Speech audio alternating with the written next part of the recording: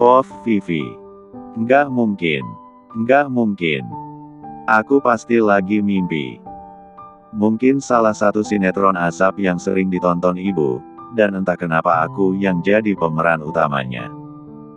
Tapi, kalau memang mimpi, kenapa semua terasa nyata? Apa benar rombongan orang kaya yang datang ini keluarga Wira, dan mereka datang untuk melamar Jia? Bukan aku. Tuhan, apa nggak bisa ditawar jadiin mereka keluarga Mas Izar aja?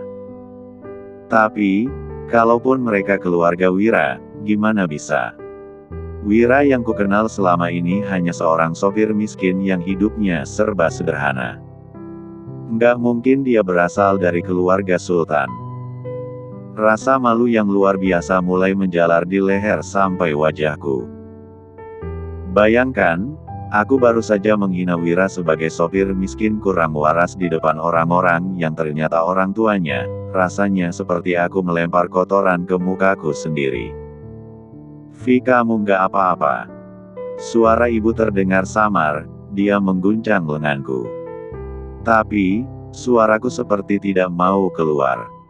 Bu, jadi mereka ini datang untuk melamar Jia, bukan melamar aku.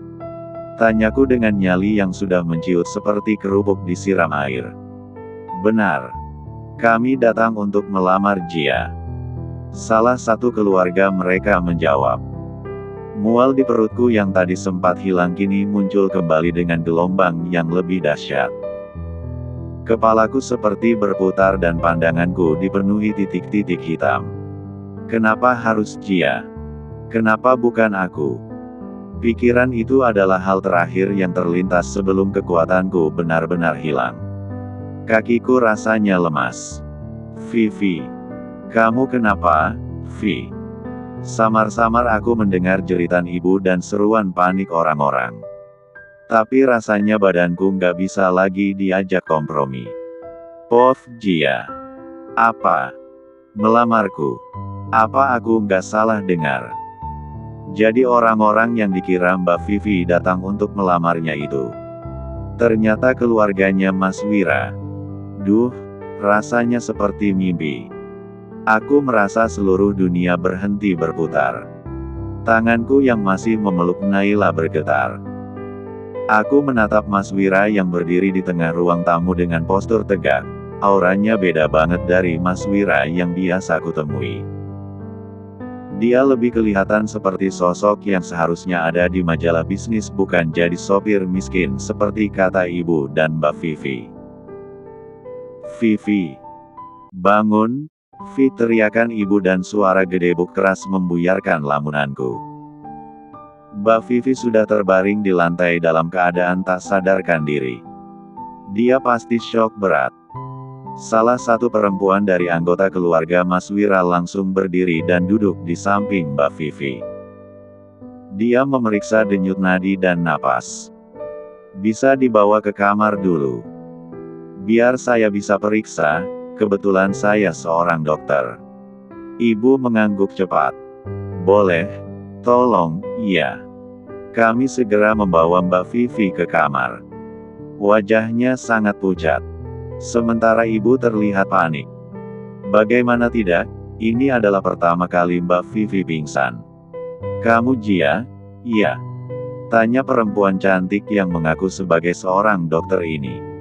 Iya, Mbak. Aku menunduk malu. Dia malah tersenyum ramah. Saya Aira. Kakaknya Wira.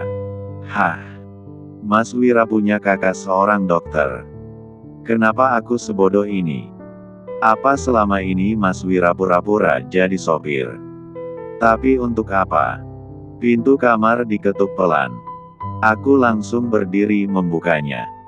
Di sana ada Mas Wira yang membawa tas dokter. Yang lain bisa keluar dulu.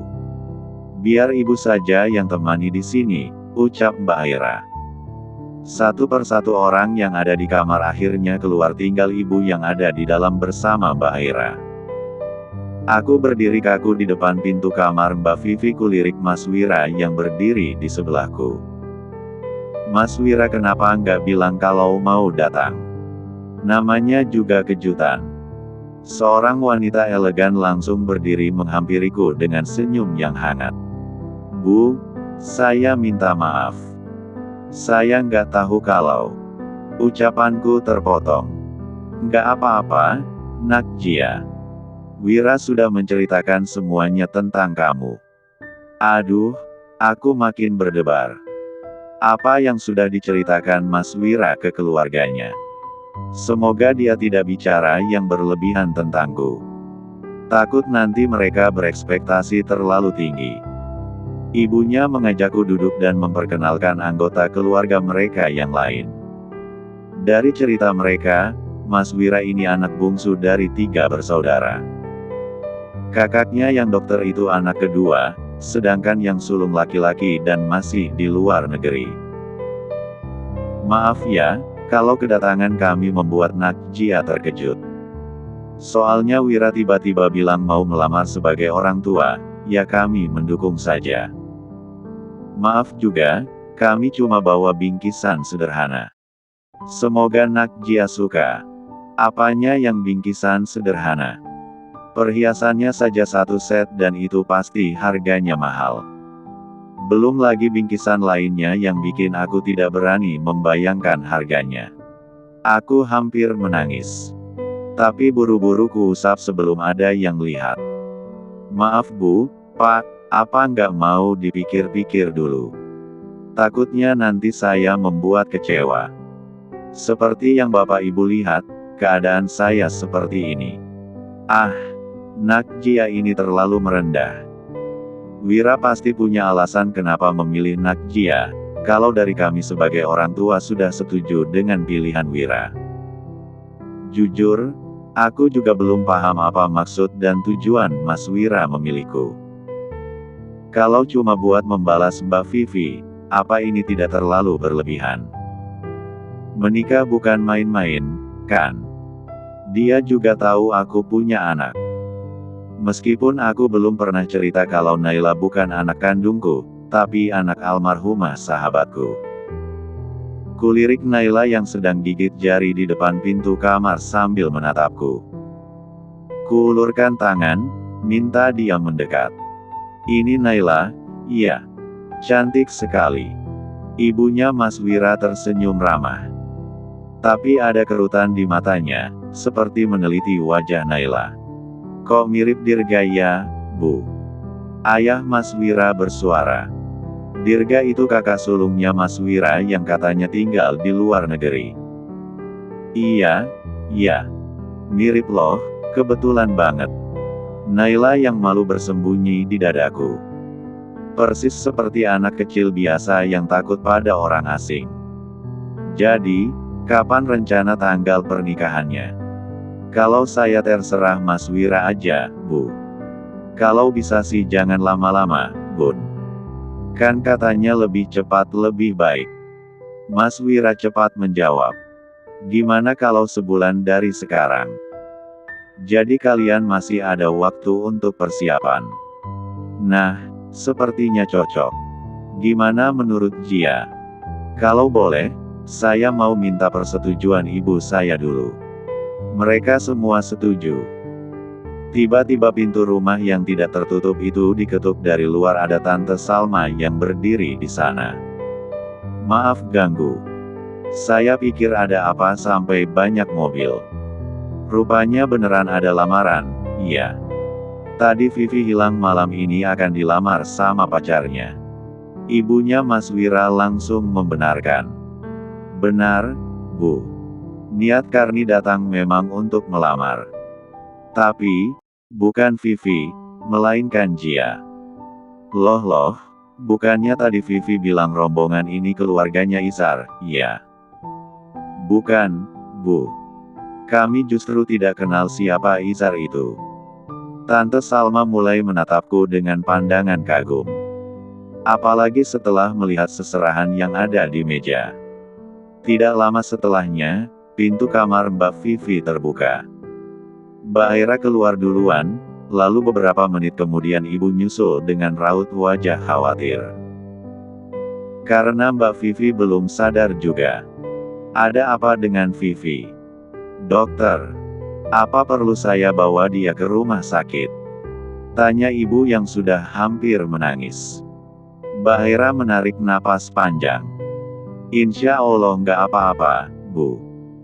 Kemungkinan ini hanya pengaruh lonjakan hormon pada kehamilan trimester pertama. Mual, pusing, sampai pingsan memang sering terjadi. Hening. Wajah ibu yang tadinya penuh khawatir mendadak berubah pucat. Maksudnya, Vivi hamil. Suasana di ruang tamu seketika berubah tegang. Kalimat yang dilontarkan Aira bagai petir di siang bolong yang menyambar tepat di jantung Bu Retno. Hamil. Dokter jangan sembarangan kalau bicara. Suara Bu Retno meninggi, wajahnya memerah padam. Ia menatap Aira dengan sorot mata penuh kebencian. Ini pasti fitnah. Saya yakin Vivi itu anak baik-baik, dia mahasiswi berprestasi. Nggak mungkin dia berbuat nista seperti itu. Kalian sengaja ya, ingin mempermalukan keluarga kami di depan orang-orang. Aira tetap tenang, tidak terpancing emosi meski baru saja dituduh memfitnah. Sebagai seorang dokter, ia sudah terbiasa menghadapi penyangkalan pasien atau keluarga.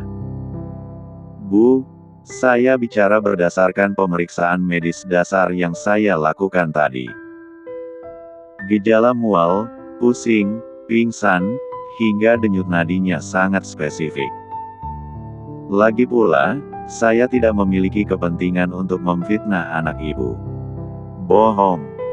Kalian pasti sakit hati karena tadi Vivi menghina Wira, kan? Lalu kalian membalasnya dengan cara seperti ini. Bu Retno masih bersikeras. Ia menatap Bu Salma yang juga terkejut di sudut ruangan. Kalau sampai berita ini tersebar ke tetangga lainnya, bisa hancur harga dirinya. Bu, tolong tenang, Ayah Wira menyela dengan suara bariton yang berwibawa. Kami datang ke sini dengan niat baik untuk melamar Jia. Kami tidak ingin memperkeruh suasana. Jika ibu tidak percaya pada diagnosa Aira, silakan periksa sendiri ke klinik atau bidan terdekat. Atau paling sederhana, minta anak ibu menggunakan tes pack. Lelaki itu menoleh kepada keluarganya yang lain. Biar masalah ini menjadi urusan internal keluarga Bu Retno. Kita tidak bisa ikut campur terlalu jauh. Ayo, kita pulang saja dulu. Tunggu. Enak saja mau pulang setelah menimbulkan fitnah yang membuat saya malu. Biar saya buktikan dulu kalau dokter Aira sudah salah mendiagnosa anak saya. Ayah Wira menghela napas. Kalau begitu, silakan. Kami akan menunggu. Bu Retno terdiam, namun dadanya masih naik turun menahan amarah yang bercampur dengan rasa takut yang mulai merayap. Ia menoleh ke arah Jia yang berdiri mematung di dekat pintu. Jia, cepat kamu pergi ke apotek di depan gang. Beli tes pack. Biar kita bisa buktikan ke dokter ini dan keluarganya kalau dia sudah salah menuduh Vivi yang bukan-bukan. Perintah Bu Retno dengan nada membentak. Ia butuh bukti nyata untuk membungkam mulut dokter Aira. Wira langsung berdiri sebelum Jia sempat melangkah. Biar aku antar. Ini sudah malam, nggak baik kalau kamu jalan sendirian. Tanpa menunggu persetujuan Bu Retno, Wira menarik lembut tangan Jia menuju mobil SUV hitamnya yang terparkir gagah. Di dalam mobil, keheningan sempat menyelimuti mereka. Jia meremas jemarinya sendiri. Pikirannya kalut. Vivi hamil. Bagaimana bisa? Padahal kakaknya itu selalu membanggakan dirinya sebagai anak kota yang berkelas dan menjaga harga diri. Mas. Jia membuka suara dengan ragu saat mobil mulai melaju perlahan keluar dari gang. Iya. Apa mungkin Mbak Aira salah periksa? Kakakku sudah 10 tahun menjadi dokter, Jia. Dia jarang sekali salah untuk diagnosa dasar seperti itu, jawab Wira tanpa melepaskan pandangannya dari jalan. Jia menoleh, menatap dari samping wajah Wira yang tegas. Ada sebuah kecurigaan yang tiba-tiba melintas di kepalanya, sebuah pemikiran jahat yang muncul karena Wira sempat berpacaran dengan Vivi. Mas Wira, jujur padaku. Apa Mas pernah? Maksudku, kalau benar Mbak Vivi hamil, siapa ayah dari anaknya? Suara Jia mengecil di akhir kalimat. Mendengar itu, Wira langsung menginjak rem secara mendadak hingga mobil berhenti di tepi jalan yang sepi. Ia memutar tubuhnya menghadap Jia sepenuhnya. Sorot matanya sangat serius, nyaris tajam. Jia, aku tahu apa yang kamu pikirkan, ucap Wira dengan penekanan di setiap kata. Tapi, aku berani sumpah, aku nggak pernah menyentuhnya. Jia tertunduk, merasa bersalah telah meragukan pria di sampingnya. Maaf, Mas. Aku hanya agak bingung. Kalau begitu, apa Mas Izar? Mana ku tahu. Itu urusan Vivi. Wira menghela napas, ia melajukan kembali mobilnya. Mereka sampai di sebuah apotek. Jia turun dengan terburu-buru. Saat sedang memilih alat tes kehamilan yang ditunjukkan apoteker, ia berpapasan dengan salah satu tetangga. Loh, Jia. Ngapain beli tes pack? Buat siapa? Jia gelagapan. Ini. Titipan, Tante. Maaf saya buru-buru. Setelah melakukan pembayaran, Jia langsung berlari kembali ke mobil Wira sebelum gosip semakin melebar. Saat mereka kembali ke rumah, suasana sedikit lebih tenang. Tante Salma si biang gosip sudah pulang. Sementara di dalam kamar, Vivi ternyata sudah bangun. Ia duduk bersandar di tempat tidur dengan wajah sayu. Bu Retno berdiri di depannya dengan napas tersengal. Vi, kamu jujur sama ibu. Dokter tadi bilang kamu hamil itu bohong, kan? Tanya Bu Retno penuh penekanan. Vivi membelalak. Apa? Hamil? Dokter itu pasti gila, Bu. Mana mungkin aku hamil? Aku cuma masuk angin. Tapi dia yakin kalau kamu hamil. Makanya ibu suruh Jia pergi beli tes pack untuk buktiin ke mereka kalau itu fitnah. Vivi mendadak panik. Bagaimana jika seandainya ia benar-benar hamil? Tidak terhitung lagi berapa kali Izar minta jatah dan Vivi menuruti keinginan kekasihnya itu tanpa menggunakan pengaman. Jangan bikin malu ibu, Vi. Kamu anak kebanggaan ibu satu-satunya. Apa kata mereka dan para tetangga kalau kamu beneran hamil? Enggak. Aku yakin enggak hamil. Mas Izar pasti hati-hati, gumamnya, meyakinkan diri sendiri. Bu Retno tidak tenang menunggu di depan kamar mandi. Ia berjalan mondar-mandir sambil sesekali melirik ke ruang keluarga, di mana Wira dan keluarganya masih duduk menunggu. Vi, sudah belum? Sebentar, Bu. Jangan lama-lama. Beberapa menit kemudian, Vivi tak kunjung keluar. Bu Retno terpaksa membuka pintu dan mendapati Vivi masih duduk gelisah. Gimana hasilnya? Vivi terlihat ragu. Kayaknya hasilnya salah deh, Bu. Ini nggak mungkin. Nggak mungkin gimana? Bu Retno merebut alat tes kehamilan tersebut. Ada 2 garis merah yang sangat jelas. Menegaskan adanya janin yang tumbuh di rahim Vivi. Ya ampun, Vivi. Jerit perempuan paruh baya itu. Wajahnya yang merah seketika berubah pucat. Kamu beneran hamil. Vivi luruh ke lantai, tak bisa mengelak lagi. Bu, itu kan tes pack murah. Coba beli yang mahal, pasti hasilnya beda. Tapi, Bu Retno sudah tidak peduli. Alat strip ini saja sudah sangat akurat, tidak mungkin salah. Bagaimana kamu bisa hamil, Vi? Vivi tak menjawab. Yang ia lakukan hanya menangis, bersimpuh di kaki ibunya. Sekarang jelaskan ke ibu, siapa yang harus bertanggung jawab atas kehamilan kamu? Izar atau Wira? Bu Retno menggertakkan gigi demi menahan diri agar tak sampai membentak. Vivi hanya menggeleng-geleng sambil menangis. Ia terlalu takut untuk menyebut nama Izar karena ia tahu Izar belum memberinya kepastian.